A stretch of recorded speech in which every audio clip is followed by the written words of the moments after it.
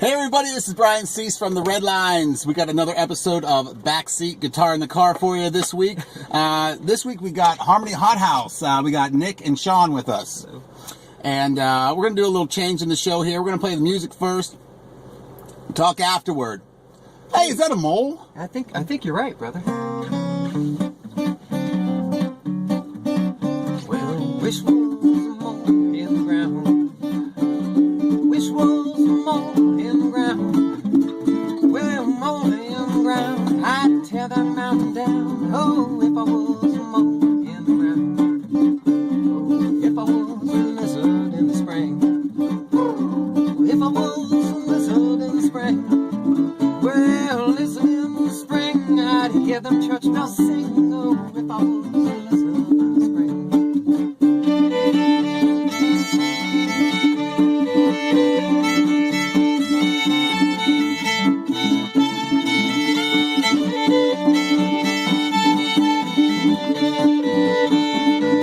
Well, don't marry a railroad man. Don't marry a railroad man. Railroad man ain't gonna kill you if you can, and drink up your blood like wine. All right.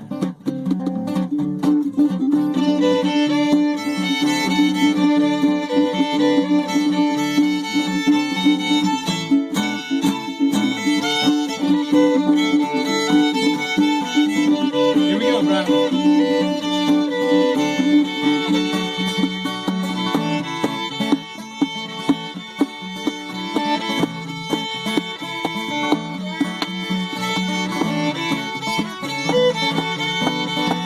All right.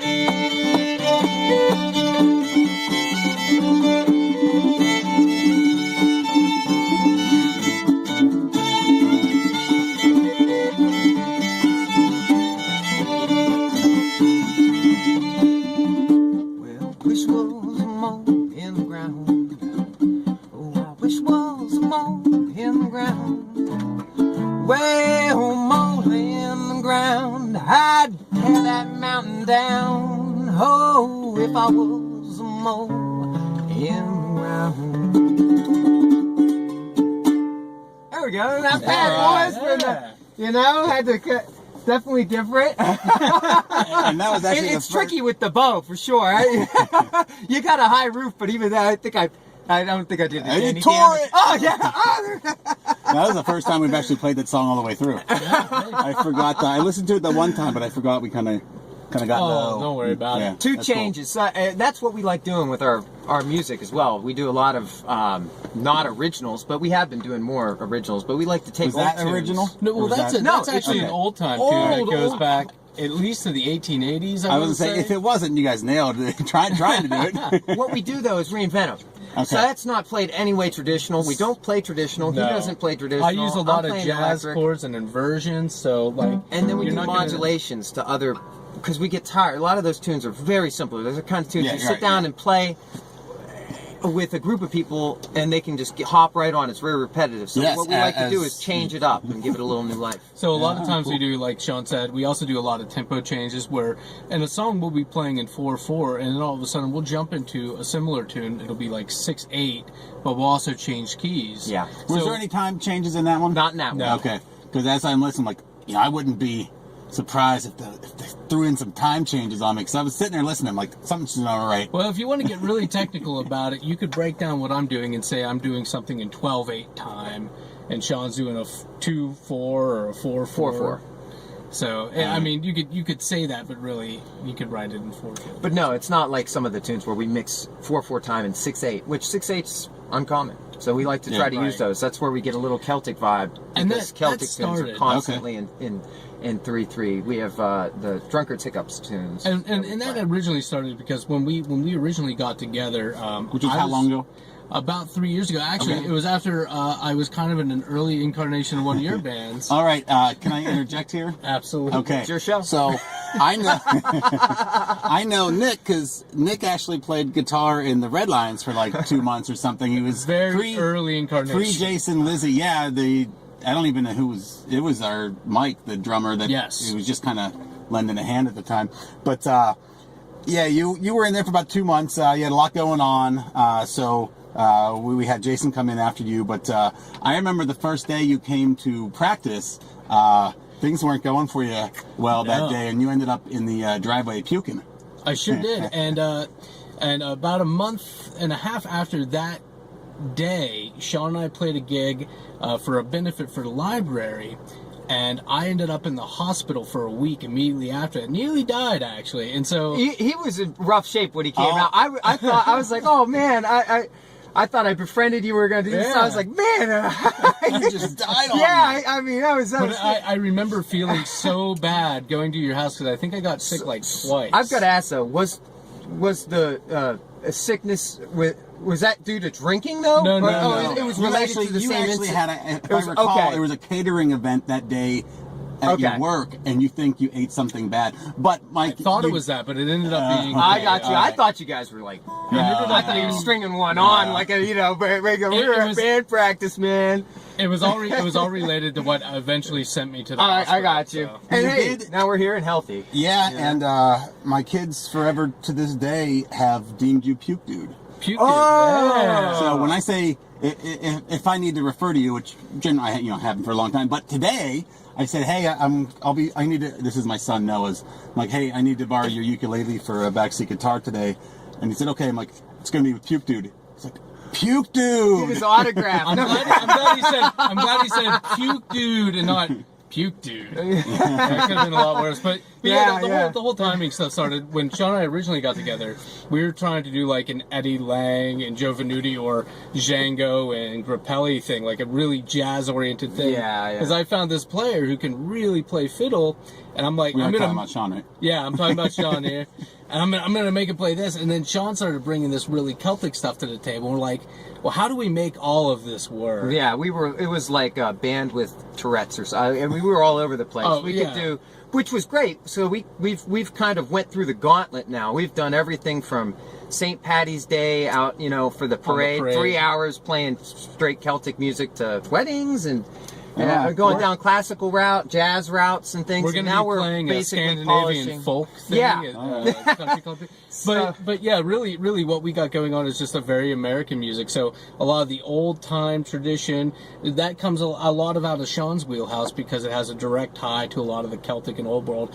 But Sean's also a classical player. It is. So, but the beautiful thing about America as well, too, is it is a mixing pot. So by taking these, what is folk? Folk's from all over the world. But then where does the world come together? It's a lot of times in America. So you can take parts of Irish traditional.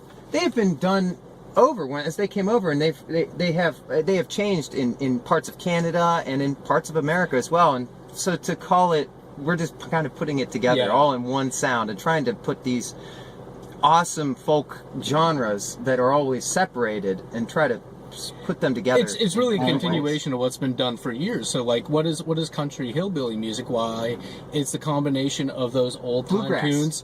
Yeah, bluegrass is the same thing. It's the same thing. It's a combination of these old time tunes that come from the old country with the African blues traditions and then mixed together in a different way, and then you have a whole new genre. So we're just a continuation of that. Okay, so what kind of, if you're going to slap a label on it, what kind of band would you say We've been arguing about it for years, and we've decided like heavy folk. That's where we're going with heavy folk or just American music. Okay, if you just want to, you say you're an American folk band. Yeah, I mean that would be the general label for sure. Yeah, but we jam out on it, and we're playing electric instruments. He's got an electric. But for someone to say you guys are a bluegrass band, which for whatever reason I originally thought you were, I'm not like I don't know because you'd mentioned the name to me. I think I've heard it probably over a year now, and for whatever reason, I thought it was bluegrass. But not bluegrass. A lot of people do. We're going to go American folk. Yeah. American folk with our own little twist. Something through all the years of working through going from classical on my end. I was a classical player. I was concertmaster at Slippery Rock for my time there. I've played since I was 5, so I went classical all these years and collected up all these skills and different styles of music and really went. I thought I was going to be in the Pittsburgh Symphony, which I was trying to do. I ended up wanting to do more improv, met with Nick. He's been devoting his whole life to jazz and playing improv style, and we've really kind of yin and yanged it. We're almost counter opposites. I feel when we get when we agree, it's usually a good idea. And I've said to people before, because I was in a lot of rockabilly and bands like that. I remember. And most of that is improvised around a very simple structure, like a 1-4-5 structure. But it's improvisational music. I didn't really know how to count until I was sitting down with Sean. So Sean brought a lot of that finesse that I didn't have before, I think. The meeting, us both meeting was wonderful. And we changed a lot. Not just in instrumentation. This is the first time we played acoustically for a long time. So when we say we're a folk band, but I'm sitting up there with an old Esquire. Our bassist is playing a jazz bass. Sean's got this mutant. It's half viola, half fiddle, but it's a solid body electric fiddle. Mark Wood, the founder, one of the founders of Trans-Siberian Orchestra, makes them now. They retired. Now he tours around trying to promote strings and electric strings in schools and things like that. A school like this probably here, we're sitting in the park. But he's trying to push forward music. It's been stuck in the 1700s and things, which is great music, but he's trying to push it forward. And now our percussion guy, Corey, he plays a lot of Latin percussion instruments. So he's got a conga, he's got a cajon, he's got really foot maracas. It sounds it's super really fun. Weird. It is. We're just having a good time as educators now, and then people have played a long time and been teachers. We like teach to mix. We teach down at McFarland Music Shop right down in Harmony. And Both of you? Yeah. Yep. Okay, all right. So, upcoming gigs, where can people go out and see Harmony Hot Haus? Well, we're getting ready for a few things. We've had residencies down at the Butler Art Center. We used to be there like once a month. I think we're getting away from that right now because we want them and they want to get in more sound. But we've done horse trading days. We're looking to play some bars and gigs around the area. And really, if anybody wants to have us... You caught us at a time where it's in the wintertime. Our schedule isn't packed. We're working on it right now. And we're working on bringing this new bass player. Just finished this out. We just lost our old bass player. So we're caught right now. It's winter. We're not catching a lot of gigs. So we've got some private anybody's watching and wants to get a private engagement, call us out. I think we're definitely going to do a Redlines Harmony Hot Haus thing. That would be cool. I'd be really into that. So, but like the Redlines are like a real rootsy rock and roll. Oh, thing. heck yeah. Yeah, right now we don't have any scheduled gigs until the spring. We're trying to fill up our schedule for 2017 right now. So. Right. All right. Music you recorded. Have you guys had anything recorded? We have an album out right now. We're waiting. We sold out of the first batch of CDs that we had, but it's available on iTunes and Amazon. And the new batch should be in actually on Monday. So today is Saturday. So in a few days. Yeah. When it'll be Sunday. Sunday. Yeah, this is Sunday right now. Yes, this is Sunday. And if you're looking for it, the album title is Sidewise Spectacle. Sidewise Spectacle. Yep. And Harmony Hot Haus. How many songs are on that? There are, I want to say, 11 or 12. We got 12, I think, on this one. And we're talking about doing another record here pretty soon. And a music video. That's another thing we're working on. Yeah, we got that coming We're going to have out. one out for our main In the Pines, which is one of our, I guess, bigger tunes on there. Is that the Lead Belly? Yeah, it is, but instead of playing it in G major or E major, I forget what key he used, we play it in... I don't think they know what key it's in. Well, we play it in a minor key, and we swing it really hard. It's a completely changed up. It's we a listen lot to spookier, get our research, listen to every version out there. Everybody from Nirvana. Yeah, it's just going to say. Has done it. Just we tried to do our own the Nirvana song, In the Pines. Yeah. Pines. That's what we're talking about. So just on our Facebook page right now, there's a video of us as we were preparing to record, and it's an early incarnation of the tune, but people can check it out. It's a lot faster, it's swung really hard, and it's a minor key, so it's kind of spooky. We really wanted to pull out just the spooky nature of that tune. I love doing that, the spooky sounding songs. Yeah, but then with the tempo change, it keeps it less drawn out, like most in the pines, in the pines. We speed it up. It's still spooky, but it's not as just drawn out and ballad-esque. So people should check it out. Yeah, check it out. It's a cool I'm very proud of it. And it's on. There's a video of it on your Facebook page. Yeah, if you go on Facebook right now, it's a pretty popular. We've had over a couple thousand people check it out. Okay, so in the original Facebook post of this, you go ahead and click on the Harmony Hot Haus link and go check that video out. But we're going to get going here. I think we've broken the record for longest episode. Oh, So, we broke can be the long-winded, record, I guess, but and we hey, had it's a fiddle talk in show. So. All right, guys. Hey, Thank we you very appreciate much. it. Thank you Hey, very no much, problem, man. It was awesome. Hey, Brian, thank you from Puke Boy. Puke Dude, Dude. you're not a boy, man. No, I'm not. but I've got to get a Puke Dude is cooler definitely a nickname. side. Puke Dude is definitely a side. Come to my house, hang out for a day. Yeah. Maybe they'll, Yeah, maybe yeah, they'll do we- something with the hair. Yeah. You know what? Turn about. I always called your kids the Lego I'll bribe kids. him if The Lego that's what it kids. The Lego takes. kids. I was jealous of their collection. My 10-year-old self was very jealous of the amount of Legos. It grew. I'm sure. Yeah. Well, All right, thank guys. y'all. Thank you very much for watching. Brian Seese from the Redlines with Backseat Guitar in the Car, and Harmony Hot Haus was the guest today. All right, take care.